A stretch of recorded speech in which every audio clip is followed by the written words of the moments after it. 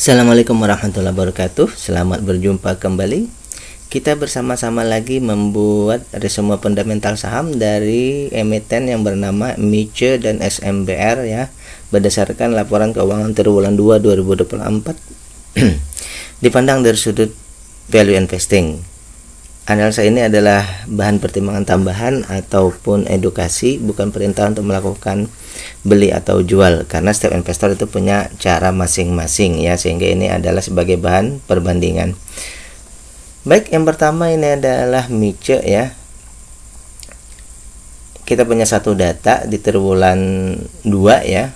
Keuntungannya ini 4,20%, berarti keuntungan bersih ya, berarti masih di bawah 10%.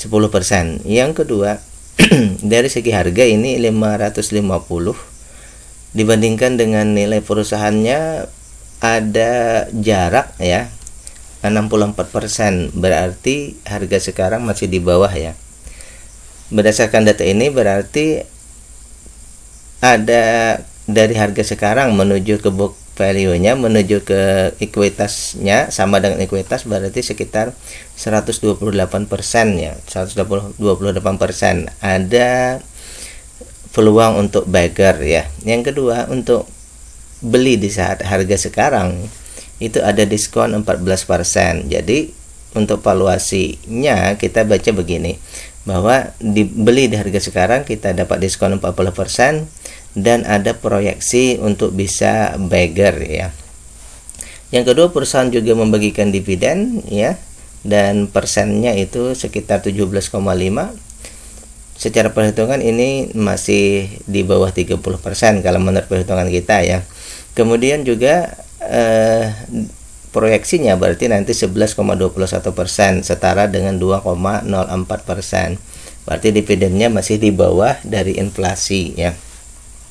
Sehingga valuasinya wajar, valuasi ini wajar ya. Sehingga valuasinya ini wajar ya. Oke. Dan dividennya masih kecil, berarti dividennya belum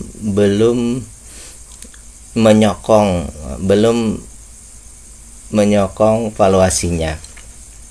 Dari segi ketahanan perusahaan ini semuanya oke ya, hutang bahkan di bawah 50%, dan free cash flow-nya juga ya sebenarnya dengan 2% itu termasuk sudah lebih sih dari 0, tetapi termasuk dalam area-area yang masih kritis ya. Baik, selanjutnya dari segi kepemilikan ini semuanya ada di bursa dan 34%, berarti tidak terlalu masalah ya. Oke. Kita akan membuat simpulan sementara untuk perusahaan ini ya. Artinya ini menjadi proyeksi kita ke depan. Kita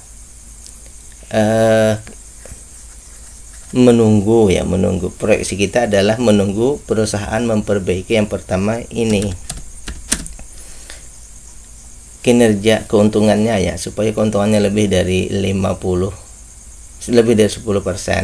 Yang kedua, dari segi harga ini, kalau dari sini berarti karena dia masih dalam valuasi wajar, kalau kita sebagai dividen dan value investor mungkin juga kita tetap harus menunggu harganya lebih turun lagi menuju valuasi yang murah, itu jauh lebih bagus, sehingga nanti DPR-nya dan dividennya lebih bagus lagi ya. Untuk dividen ini ya kita kasih saja DPR-nya ya. Mudah-mudahan nanti dividennya bisa lebih baik ya, DPR-nya bisa lebih baik ya. Jadi ada 3 yang concern kita untuk ke depan yang kita tunggu dari perkembangan perusahaan ini ya. Yang kedua ini SMBR, Semen Batu Raja ya. Bila Anda menemukan video ini dalam bentuk singkat, jangan lupa untuk silahkan cari ke bagian bawah. Di situ ada link ya, ada linknya di bagian bawah untuk mendapatkan video ini secara. Saya juga sudah membuat playlist yang saya letakkan di deskripsi ya. Bagi Anda yang ingin melihat video-video yang sudah saya bahas, silahkan klik di situ untuk mendapatkannya. Yang berikutnya, bila Anda menemukan video ini bermanfaat, jangan lupa untuk klik like, subscribe, dan share. Bagi Anda yang ingin memberikan kontribusi untuk pembahasan kita, silakan juga kirim ke nomor rekening yang tersedia di layar ya. Baik, yang kedua ini SMBR, semen batu raja ya. Semen batu raja. Kita punya juga satu data ya di triwulan 2 ini saja ya. Keuntungan ini 3,57%. Berarti masih di bawah kriteria ya 10%. Yang kedua, di sini bahwa harga sekarang kalau kita bandingkan dengan ekuitasnya ya, dengan modalnya, itu ada 20% bedanya ya. Jadi ada rentang 20% untuk yang bisa dikejar, minimal ke book value-nya itu 20%. Berarti dari 20%, berarti dari harga sekarang menuju ke book value-nya itu ada 40% ya. Untuk maksimal beli kita ini harga sekarang sudah 1,25 kali di atas ya. Berarti harga sekarang sudah ibarat kita beli sekarang, berarti ini kita harus menambah lagi 1,2 kali dari nilai yang ada. Misal harga sekarang ini 100.000, berarti kita belinya sekitar 225 ya, 225.000 mungkin seperti itu ya. Baik, itu yang pertama dari valuasi ya. Jadi simpulannya, untuk beli sekarang berarti kita harus menambah lagi ya. Dari seharusnya hanya 100.000, berarti untuk belinya kita menjadi 225.000 ya. Jadinya seperti itu. Dan setelah membeli itu tetapi ada sekitar 40% proyeksi keuntungan kalau harganya menuju ke book value-nya. Yang kedua, dari segi dividen 20% ya. Ini berarti termasuk kecil, masih kecil ya, di bawah 30. Kemudian dengan begitu 20%, maka proyeksinya kita akan mendapatkan dividen 2,2 rupiah atau setara dengan 0,89%. Berarti ini masih kecil ya. Jadi dari segi dividen masih kecil. Kemudian dari segi ketahanan ini semuanya oke ya. Free cash flow-nya 10%, sangat bagus. Yang lainnya hutang-hutangnya juga masih kategori di bawah. Kemudian saham yang ada di bursa pun hanya 24%, anggap saja ya 24% ya. Dan non marketnya ini 16% ya.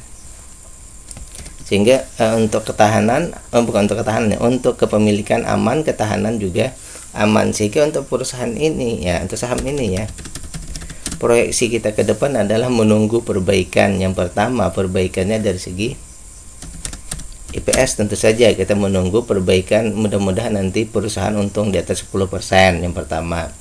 Yang kedua, ini berarti divaluasi, berarti harganya pun masih sudah termasuk kategori mahal, berarti kita menunggu juga harganya supaya turun ya. Lain-lainnya DPR di sini kecil ya. Oke, kita tambahkan saja juga 3 concern kita ke depan ya, bahwa IPS-nya kita menunggu, kemudian harga dan juga DPR-nya membaik. Kita tunggu perkembangan perusahaan untuk 3 hal ini di triwulan berikutnya. Demikian pembahasan kita. Billahi taufiq wal hidayah. Assalamualaikum warahmatullahi wabarakatuh.